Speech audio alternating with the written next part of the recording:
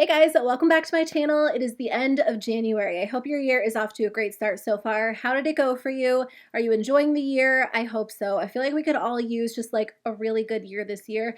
And January just felt like 3 months long. I don't know about you guys, but where I live, January and February is so cold. The winter just stretches on forever and ever. And by this time of the year, I'm just over it. I'm ready for spring. It's coming. It's getting there. But I'm just trying to enjoy the winter for what it is. We spend a lot of time inside together, which is nice. Brady and the baby are actually in the room right next to me, so if you hear them, they are playing. He's very happy. He's just like in a very chatty mood these days. He talks nonstop, not like actual words, just kind of babbles, but I love it. It is so much fun to listen to. But anyway, today I'm talking about all of my favorite products from the month of January, as well as a few fails. I actually have a lot of drugstore products to talk about, just a lot of products in general. So let's jump into it. I would love to know what you guys loved this month, so let me know in the comments below. But let me start with a recommendation from you guys. So I told you guys in a recent video that a lot of my foundations lean very yellow, very golden, and I do prefer foundations typically that have a little bit more of a yellow undertone, but sometimes it's just a little bit too yellow. So a ton of you guys recommended this LA Girl Pro Color Foundation Mixing Pigment, and this is such a game changer. So I'll typically apply my foundation on the back of my hand and just mix in a drop or two of this product, and it just neutralizes it really well. You can mix in more or less depending on what you need. It doesn't change the texture of my foundation, which is something I was kind of worried about, but it really comes in handy, especially for the majority of my foundations that just lean a little bit too yellow tone. So instead of decluttering them, I can still use them. I can just neutralize them with this product. They have other options too, but this has been so nice because instead of decluttering the foundations that don't work for me, I can adjust them with this product. It doesn't change the texture of the foundations, which is nice. I thought I might have that issue, but it really doesn't. And I just think that this will come in handy so much. They also have like a white one that's great for lightening your foundations. They have a really warm orange one that they say is more ideal for like medium to deep foundations. So if you're looking to kind of change the undertone or the depth of your foundation, definitely check these out. These are amazing, and I feel like this will save me so much money because I can still use all of my products. So thank you to you guys who recommended this. I got so many comments telling me to try this out, so I don't know why I'm so late to the game, but I'm thankful I have it now.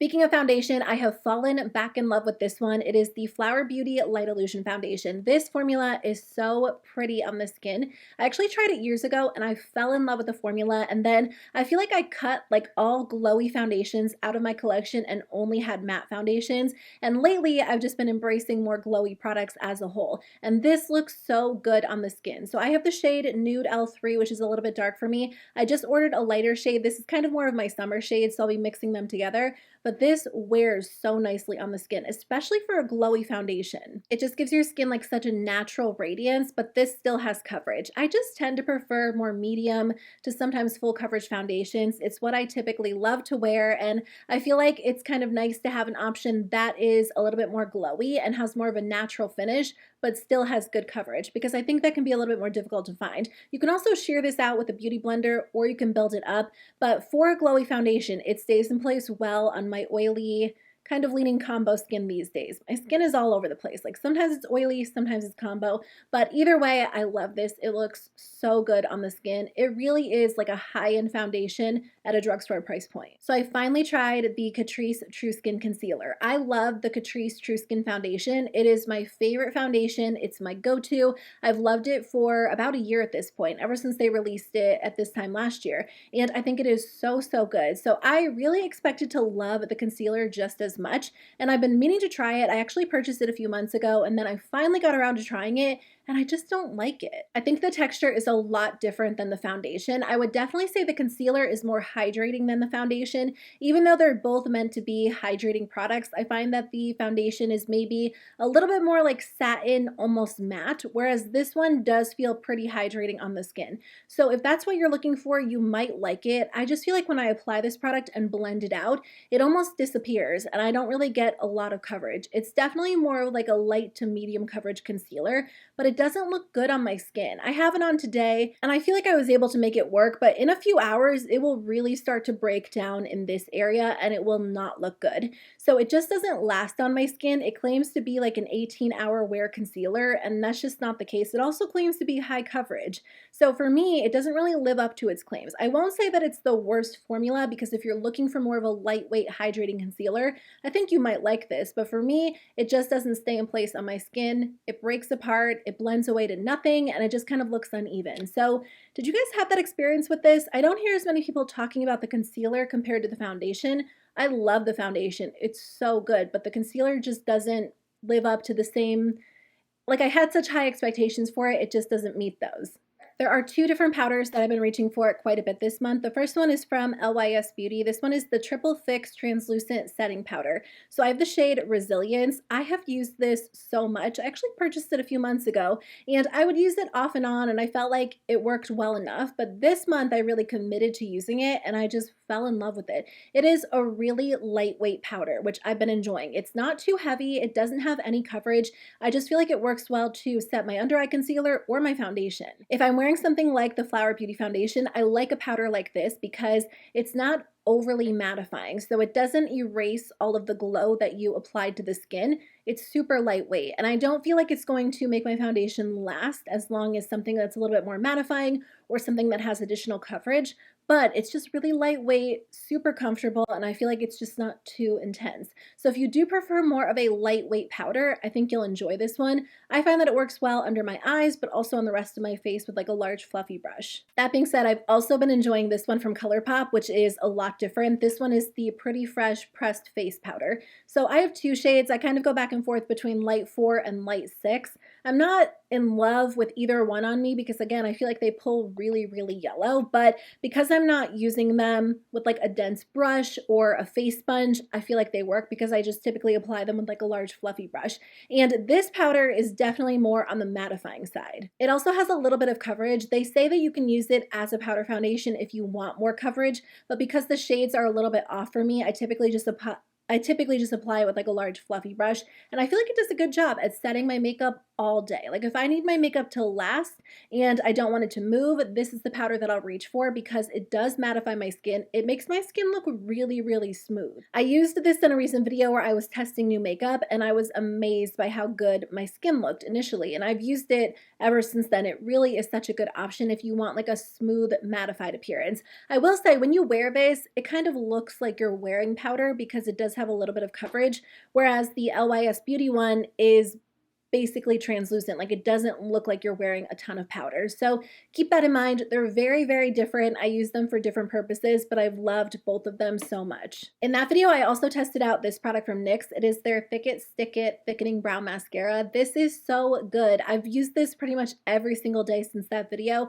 I have the shade Espresso. If you are in need of a brow gel that just adds like a lot of volume to your brows, this is such a great option. This builds on itself so well, and you don't have to wait for each layer to dry. It's kind of like not a dry formula, but it definitely has fibers in it that you can feel. Some brow gels are overly wet, and that's not the case with this one. You comb it through your brows, and then you can go right over them a second time with another layer, and it grabs onto that first layer and just builds volume, which sounds kind of weird, but if you are like me and you don't have a lot of brow hair, this is going to make it look like you do. It's such a good formula. For reference, other brow gels that I like are the e.l.f. Wow Brow and the Persona Swipe Up. This one is a little bit more dry than both of those, so I just find that you can layer it up really nicely. Now the big con for me is the wand. The wand is so big, and unless you have naturally like very thick voluminous brows, I think this will be a little bit, it will cause some issues for you. If you already have voluminous brows, you probably don't need a product like this as much as those of us that don't have voluminous brows. I wish this was a little bit smaller so you could be a little bit more precise as you apply the product, because when I apply this, I always end up making a mess. I'll go like way outside of my natural brow, and then I'll have to go in and clean it up. It's not a big deal, but I feel like it is a little bit inconvenient for something that I use on a daily basis and something that I use when I'm in a hurry. I love to reach for this over a brow pencil when I'm in a hurry because it just makes it look like I have actual eyebrows. And I don't even have to always go in and define them with a brow pencil afterwards. You totally can. And if you do that, it's only going to take you a few seconds because this pretty much does all the work for you.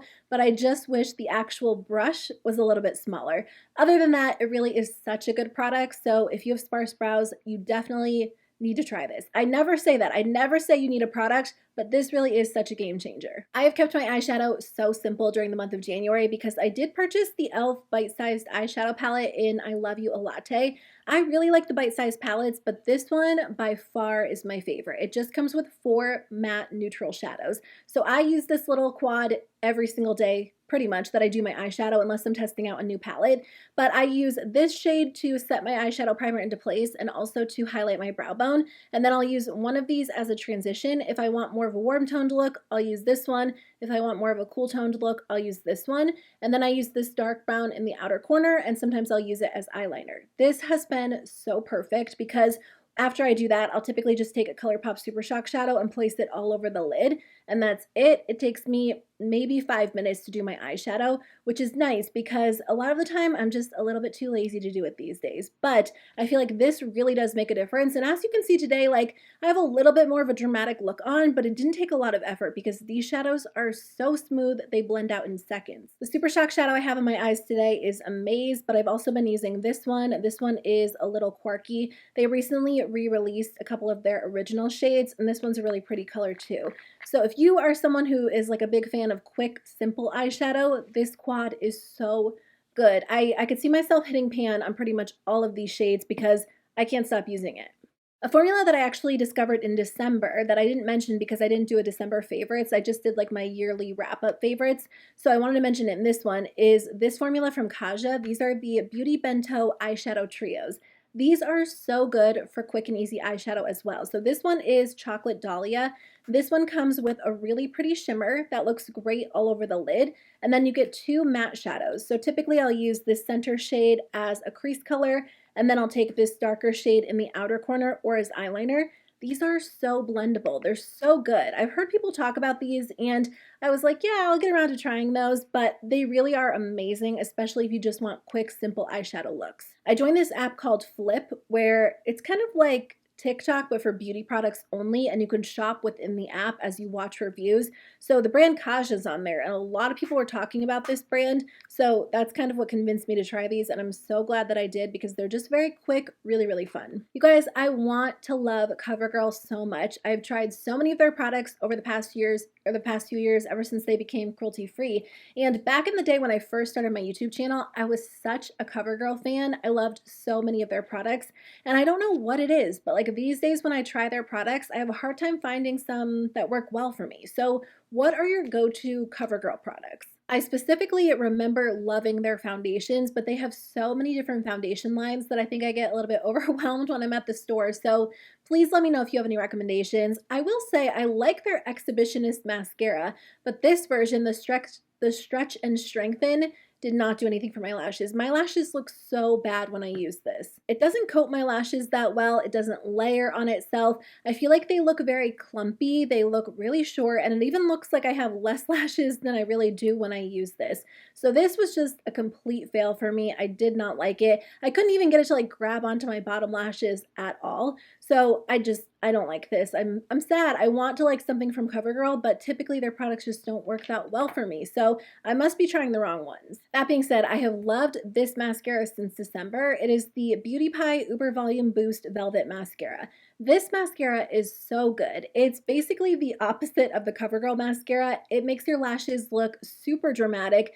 It builds so well on itself. So my lashes get super thick and voluminous really, really long in just a few coats. I also love this for the bottom lashes because it grabs onto every individual lash and really enhances it. So if you have sparse lashes like I do, or even if you don't and you're just looking for a good all-around mascara, I definitely recommend this one. I wouldn't say that it's a dry formula, but it's not quite as wet as like the Essence Lash Princess, so I feel like that's why it layers so well on itself.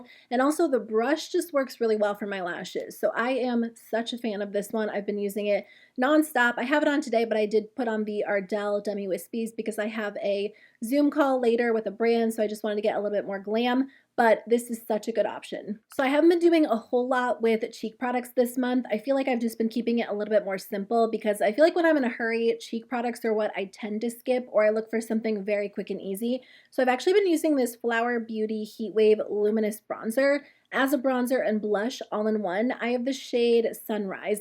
This is so perfect because it's kind of like a cooler toned bronzer. And I just feel like it is the perfect shade for me during the winter time because it's not too warm, it's not too orangey. It blends out in seconds. So I'll just take like a really large fluffy brush, swirl it around in here, and then just apply it all over my cheeks as like a bronzer blush all in one. And I'm good to go. It adds a little bit of definition, a little bit of color, but it's not too over the top, which is why I love it. So if you need a very subtle bronzer, this one is a great option. I feel like it's been the only bronzer I've really used this month because just during the winter time when my skin is a little bit more pale, I feel like a lot of bronzers are just too much, and that one is so toned down but really pretty on the skin. If I do want to apply blush, I've actually been using this. I love this. I'm so pleasantly surprised by it. It is the Milani the Milani Cheek Kiss Cream Blush Palette. So I love the Milani Cheek Kiss Cream Blushes. They're so good, but they're really, really intense. So I don't reach for them as much as I would like to because I typically do prefer more subtle cheek products. These can be built up to be a little bit more intense, but I will say they're definitely less pigmented than the single Cheek Kiss Cream blushes. If you want really vibrant blushes, I would say skip this and go for the singles. This is definitely more on the subtle side compared to those. But this layers so well on top of powder. My issue with cream blush is that, if I'm trying to wear powder, sometimes I have a hard time figuring out when to apply cream blush. It always applies better on top of foundation rather than on top of powder. But then if I go over the cream blush with powder, it doesn't look as good. This layers so well on powder, which is amazing. And like I said, you can build it up to some extent, but you can also sheer it out. It's just a very subtle blush formula that I have really been enjoying. So I'm surprised by this. I did not expect to like it as much as I do, but I've been using it a lot. The last thing I wanted to mention is pretty much like the only lip combo I've been wearing all month long. The ColourPop Lippy Pencil in the shade Ashton. This is like a cooler toned brown nude. And then on top of that, I've been wearing the Fenty Gloss Bomb Heat in the shade Hot Chocolate. I know I talk about this in like every other video, but I just think it's so pretty. I'm wearing this combo today. I cannot get enough of it. It really is so perfect. So just thought I would throw that in the end. I feel like it goes so well with this e.l.f. palette because typically I will use the darker brown on the eyes, and then I just feel like this coordinates really nicely. So I just wanted to mention that too. Okay guys, thank you so much for watching today's video. I really appreciate it. Thanks for hanging out with me. I hope that you guys are doing well. I would love to know which products you guys loved throughout the month of January, so let me know in the comment section below. And let me know if there are any videos you want to see on my channel during the month of February so I can write them down and add them to my list. But I'll see you guys very soon with a new video. Bye.